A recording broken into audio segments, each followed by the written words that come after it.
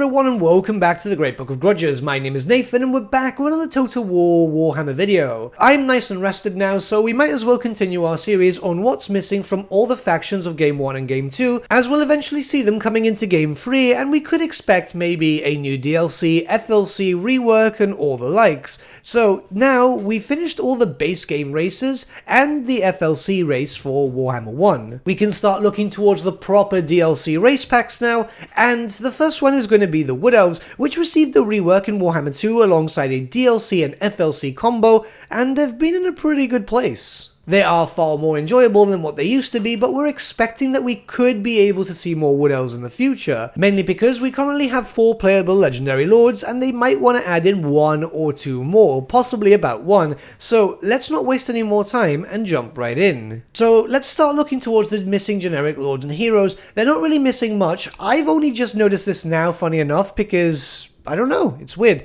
The Spellsingers themselves are missing the lore of high magic and dark magic, which is bizarre considering that the most recent DLC for them, the Twisted and the Twilight, added in the Lord option with high and dark. I'm not sure if that was an oversight by Creative Assembly and so on, but yeah, I've only just noticed this now. These are 2 generic laws of magic that they had access to in 8th edition, so it would be nice eventually to get them. I guess they'll probably be added in with a patch or something like that if people start complaining, but they aren't really needed anyway. But really, that's just it. The Wood Elves themselves are in a decent place when it comes to Lord and Hero options. It would be nice to have some sort of Beast Master type of thing, someone to buff up animals and so on, which will become more prevalent later on in this video, as that's something that happened way back in the day when it came to Warhammer Fantasy. I think 4th edition Wood Elves had a lot of different animals, which, you know, kind of fits with the theme. You've got elves, tree spirits, and animals. It kind of matches up really well, so someone to buff up those things. They wouldn't be focused on, say, big warfare, but more skirmishing combat, which the Wood Elves already do in a decent sense, but you could just make a gun line with the Wood Elves, whereas with a monster, lord, hero type thing, I think it'll probably be better with a hero, not a lord.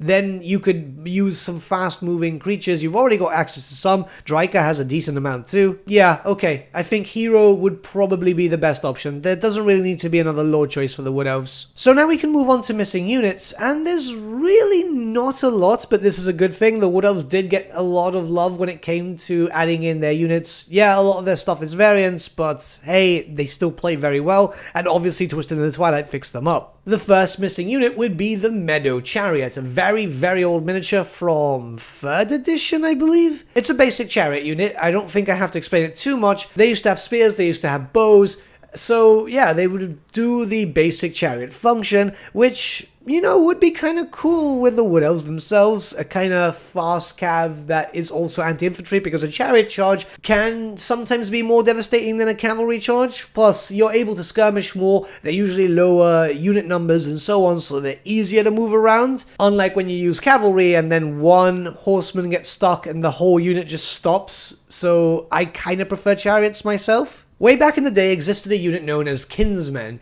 and this was way early into the lore of Warhammer Fantasy, as you could probably tell when you go around 3rd, 4th edition. Any miniatures there were kind of reminiscent of that of the High Elves, because the idea of the early lore was to have them looking very much the same, as they were just elves. They were High Elves that just moved to Athelorin. These ones, however, had access to axes and shields and spears, which, I don't know, could work as bringing in something different. Axes would be cool, but it doesn't really fit with the theme of Athelorin now or any Wood Elf stuff. It's just interesting. It's the same thing with the Wood Elven Attack Chariot, which is literally just a High Elven chariot, but I don't think these guys will ever come in unless they need something as a filler. The big one back in the day in terms of missing units was the animals. They had access to wildcats, they had access to wolves, they had access to bears and so on. There were miniatures for them too, way back in the day. Like, trying to find them now online is really difficult. In theory, the bears would be tanky, the cats would be fast and anti-infantry, and the wolves would be just like any other wolf unit that we've had in the Warhammer series so far. While not the most exciting, these could be switched up a little bit, you know, given a little bit of fey magic to look kind of cool and so on. And again, it fits with the theme of Athelorin really well to have some animals too. The only thing I'd see a bit strange here is it might kill off the mood with Draika, who's obviously got access to loads of animals now. but maybe these are just the animals that will have access to all the Wood Elves, and obviously Dryka could get them too, as she does have a fair amount, which would make it a bit better if some stuff was added in like this, as that way Dryka's theme is more animal focused too. I mean, currently she hates elves, well, lore-wise she hates elves, but she's still able to recruit them, and there's really not too much against recruiting them. Yeah, there's a debuff and so on, but it's really inconsequential. Spites are something that people have been waiting for a long time, but as many of you are aware, they are the basic traits and so on that we can get for the Wood Elves, so I really doubt that we're going to also see a Spite unit too, but look, let's be very honest, they weren't really needed. I'm only saying that because the Spites would generally be quite weak, or at least I'm imagining them to be so, and really what the Wood Elves do need, at least in my opinion, is animals and a chariot to just make them fully complete, and that's it. Which, in all honesty, they don't even need that too, so maybe just FLC Lords. But with that, we're done with generic units, but before we move on to any legendary characters, there's one thing I've really wanted to see in the series for a long time now, which is the lore of Athelorin. This is a spell lore of magic which is unique to the Wood Elves and obviously any treekin and so on, but it's only for the Wood Elf faction, and yeah, I mean, it's kind of cool. The fact is that that lore was more RPG style back in the day. It could summon terrain and so on, and it was just really cool looking. The issue is, of course, that the Wood Elves have a lot of different laws of magic now, and the lore of Athelorin was dropped in 6th edition, I believe, but it could come back as, well, it just would be nice to have something unique to them, distinguish them a little bit more from their Dark Elf and High Elf cousins, as they currently have their laws too, and it's 6 spells, funny enough, it's just 6 spells in this lore of magic, which we know that there are 6 spells in the Total War Warhammer laws of magic, so it kind of already fits. I doubt we'll see it, but this is something that I've really wanted to see for a while, because this is supposed to be a more visual spell,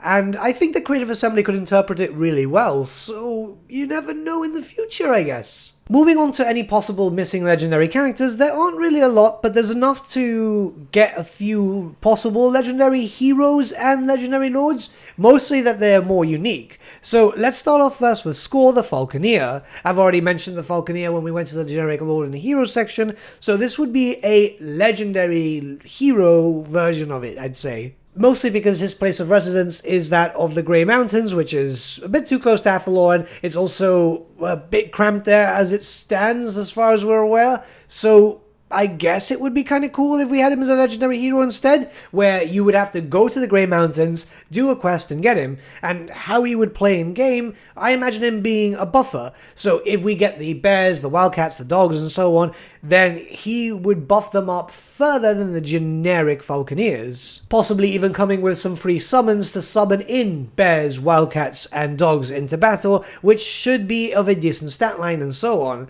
I think it'll be kind of cool, plus his model's pretty nice. So yeah, you know, real cool. Olof is still missing, though I don't know how that would work, because he was a hero, he was the personal guard of Queen Ariel, and the thing is obviously that she's a hero too, but he's also the Glade Lord of Telsin, which really doesn't need another start there. Athelorin itself is very cramped up as it is, unless they decide to expand it a little bit when it comes to the Grand Campaign map, which if that's the case, then that would work out quite well.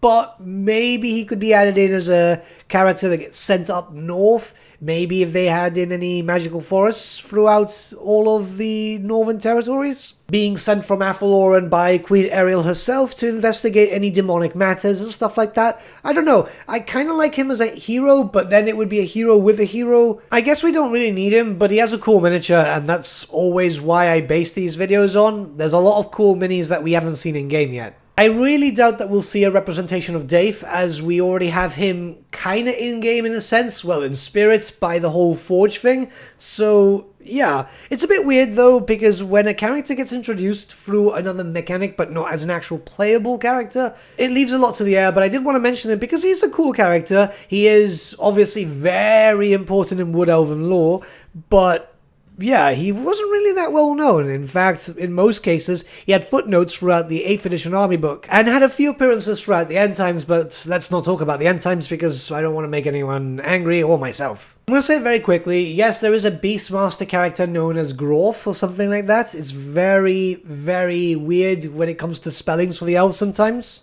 which would probably fit better with the bears, the wildcats, and the wolves and so on. But the thing is that the Dark Elves have Beastmasters, and it's trying to differentiate, which is why I went for the Falconer. I'm just saying this quickly here, just in case someone goes in the comments and tries to harass me for it. Nath the Priestess is an interesting character, as she's a character, again, in Athelorin, which is a bit of an issue.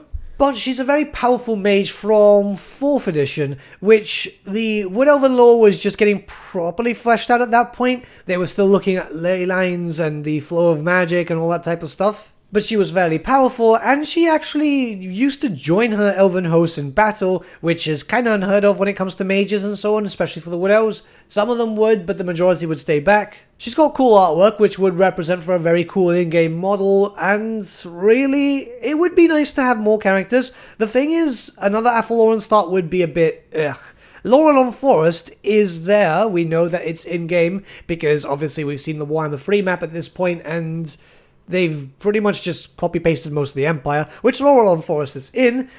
Could work as a good start, maybe? I mean, I would just love another Wood Elf character. The thing is, we don't know if there's any magical forests in, say, for example, Grand Cafe or something, which, I doubt. I mean, it would be nice, but the lore has changed so drastically at this point, which is so hard to check out without, say, for example, an army book. But before we end this video, there's one more discussion that we can have. That of Lorelon Forest itself in its own kinda sub-faction unique state. Keep in mind that the elves of Lorelon Forest are not really wood elves, they're actually known as Ionia. They are their own separate subculture, very similar to the Azray cousins in Athelorin, but they've also got some differences too. The elves of Athelorin are more isolationist, we've seen that with traits and so on, whereas the Ionia are more open to diplomacy, especially with the Empire, which they will actually have some decent relations with. In fact, some of them did even save a young Karl Franz way back in the day. Now, especially with Warhammer the Old World in production, which we know also has Lorelon Forest, it could be very possible that we could see the Ionia being brought in as a sub-faction with some unique units only available to them, which would be kind of cool, as that way you would be able to have a different subculture, a similar yet different playstyle and so on. They already had 2 units introduced in lore. I believe this was through the roleplay series, the Kith Band Warriors and the Ghost Riders, which in a sense are very much normal Wood Elves. There's not too much difference there, but you never know for the future. And I don't know, I would be very curious to see more about this. There are details surrounding these elves, but we really don't have a lot, so it would be cool, especially as Lorelon Forest is older than Athelorin in terms of a kingdom for the elves, so you never know. This could be interesting. They could make up a new character. I'm not against them making up a new character if they're going to try and bring something new. Sorry, that's probably not the best way to explain it. More like a cool character, cool factor, interesting lore, like they did with Diafin. I think they did really, really well with Diafin. We don't give enough credit to Creative Assembly with these things. I don't know, but considering that it's likely that the Lorelon camp is in the Game 3 map, the standard one, not the obviously combined map, then I think that they're going to leave that there for possible DLC or something. It just kind of makes sense. Or even just an FLC. I would prefer a DLC if we get new cool stuff, especially stuff that's coming out in Old World. I mean, I can hope. But other than that, what do you guys think? Let me know your thoughts in the comments below and let's start a bit of a discussion. I think this is another short video, but keep in mind that I've been kind of recovering for a while. I'm feeling a lot better, but the rest is doing me a lot of good. But with that, my friends, we've come to the end of our video. Thank you so much for watching. If you did enjoy the video, might I suggest giving the video a like, or even subscribing to the channel, as it really does help us out. In the description section below are various links to different social media platforms such as Facebook, Instagram, and Discord. Also in the description section is an affiliate link with Element Games where you could buy loads of hobby-based products, not just Warhammer, for 10 to 25% off. Making a purchase using that link and also our special code, which is also in the description, supports the channel at no extra cost to you, which we think is rather cool. A big thank you to our patrons. Your support means the world to us. It's amazing that people want to help a small channel like us grow and get to a higher level of content. A big thank you to Gibraltar LUSC, Ryan Bertsche, Andrew Prince, and Okro for subscribing to us at our Fane level. You guys are super cool. And a big thank you to Edward Yule, VS Vasan, Aaron Whitman, and Shaggy for subscribing to us at our King level. Honestly, we can't thank you all enough. And lastly, a big thank you to all of you for liking, sharing, and commenting on these videos. Honestly, it's because of you guys that the channel's been growing at such a great pace lately, so we can't thank you all enough. But with that, my friends, thank you so much for watching once again, and we shall see you all again very, very soon. Have a good day.